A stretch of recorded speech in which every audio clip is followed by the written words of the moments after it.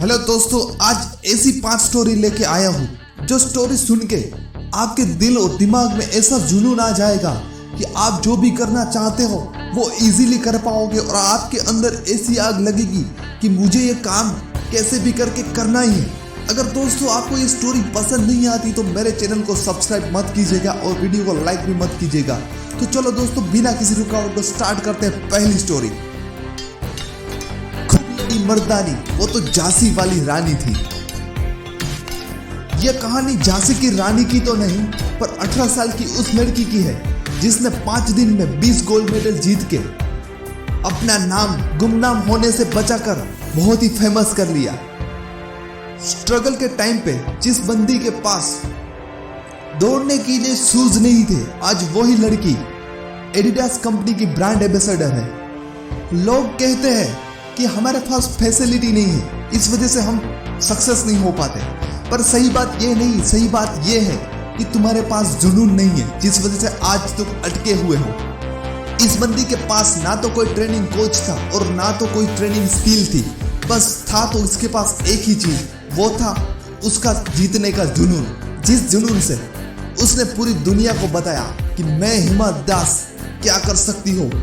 और देखिए, एक छोटे से गांव से उठी हुई लड़की आज दुनिया में किस तरह से छाई हुई है।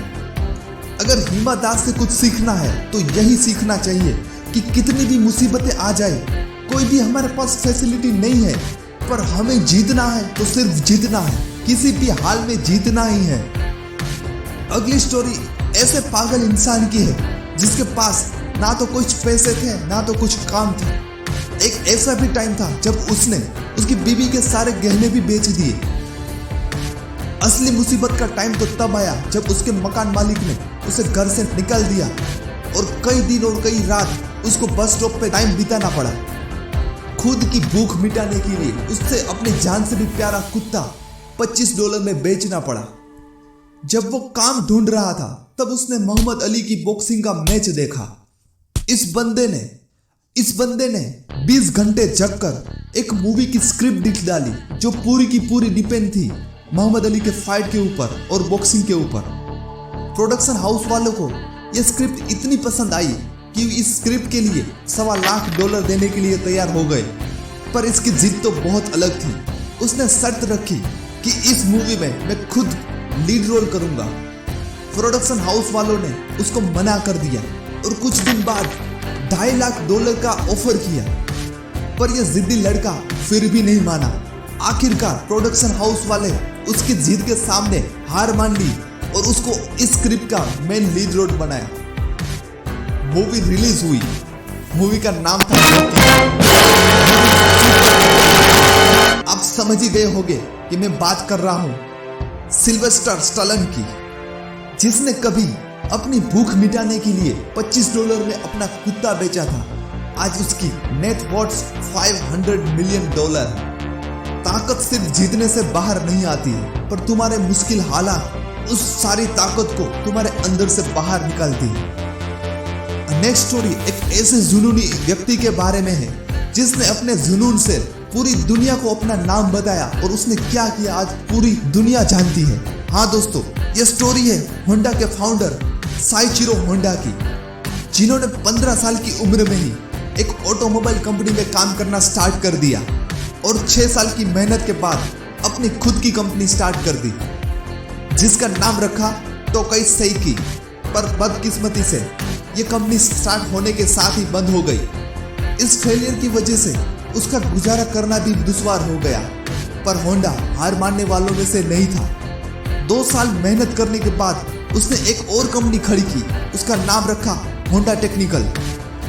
पर जैसे कामयाबी उसका बहुत ही बड़ा इम्तिहान ले रही थी, वर्ल्ड वॉर की वजह से उनकी कंपनी बॉम्ब का शिकार हो गई और पल भर में कंपनी के साथ सारे सपने जल के राख हो गए। कोई नॉर्मल बंदा इतना कुछ होने के बाद या तो सुसाइड कर लेता या तो हार्ट अटैक आ जाता। वर्ल्ड वॉर 2 खत्म होने के बाद होंडा ने फिर से अपनी एक कंपनी शुरू की, पर इस बार कामयाबी को अपना सिर झुकाना पड़ा। होंडा के सक्सेस के बारे में आज बच्चा जानता है। तो दोस्तों, अपने अंदर का वो जुनून निकालो जिससे आप वो सब कर सकते हो जो कितनी भी मुसीबतें आए पर आप उसके सामने डटकर सामना करके उसके ऊपर जीत हासिल नहीं करते तब तक खड़े रहते हो। अगली स्टोरी एक ऐसे बंदे के बारे में जो ठीक से बोल भी नहीं पाता था और वो हकलाते हकलाते बोलता था, पर उस बंदे ने सपना देखा तो क्या देखा कि उसने देखा कि मैं एक बहुत ही बड़ा सिंगर बनना चाहता हूँ। एक हकलाता हुआ इंसान एक सिंगर बनने का सपना देख रहा है तो देखो कितना जुनून होगा उसके अंदर। तो चलो देखते हैं उसने क्या आगे किया। यह कहानी है एड शीरन की, जिसने शेप ऑफ यू और परफेक्ट जैसे कई सुपरहिट गाने गाए। इस बंदे की हकलाते हुए बोलने की वजह से उसका कई बार मजाक उड़ाया गया। एक बार उनके पिताजी ने उसको एमिनेम की सीडी ला के दी। उस गाने से उतना इंप्रेस हो गया कि अपने हकलाने की बीमारी से लड़ने के लिए वो कुछ भी करने के लिए तैयार हो गया। 16 साल की उम्र में सिंगर बनने के लिए वो घर छोड़ के लंदन आ गया, पर वहां पे कोई भी पहचान ना होने की वजह से उसको 3 साल रेलवे स्टेशन पे बिताने पड़े। ऐसी हालात में भी इस लड़के के पागलपन ने उसको हार मानने के लिए कभी मजबूर नहीं किया। पर इसी पागलपन की वजह से यह बंदा आज सदी का सबसे बड़े सिंगर में से एक है। आज इसके पास 4 ग्रैमी अवार्ड और 4 बीट अवार्ड के साथ 100 से भी ज्यादा अवार्ड्स हैं। अगर नशा करना है तो ऐसे जिद का करो, ऐसे जुनून का करो जो आपको आगे जाके इतना सक्सेसफुल बना सके। अगली स्टोरी उस बंदे के बारे में है जो हिंदी मीडियम में पढ़ा था, इसलिए उसको इंग्लिश इतना अच्छा नहीं आता था और इंग्लिश ना आने की वजह से उसका कई बार मजाक उड़ाया। जो आज इंडिया की सबसे बड़ी पेमेंट ऐप कंपनी का ओनर है। जी हाँ दोस्तों, मैं बात कर रहा हूँ विजय शेखर शर्मा की। इंग्लिश में कमजोर होने की वजह से उसको कई जगह पे काफी तकलीफ आई, पर अंदर से सीखने का जुनून इतना था कि वो बंदा दिन रात लाइब्रेरी में बैठकर पढ़ता था और इंग्लिश सीखता था। ग्रेजुएशन के बाद उसने 197 नाम की एक कंपनी स्टार्ट की, पर वर्ल्ड ट्रेड के अटैक के बाद उनको काफी नुकसान सहन करना पड़ा। कंपनी बंद करने की नौबत भी आ गई, पर इस बंदे ने 24% रेट ऑफ इंटरेस्ट से कई जगह से लोन लेके भी और मल्टी जॉब करके इस कंपनी को जिंदा रखा। इस बंदे की किस्मत तब चमकी जब इसने पेटीएम कंपनी को लॉन्च किया। बाकी हिस्ट्री आप सभी को पता है।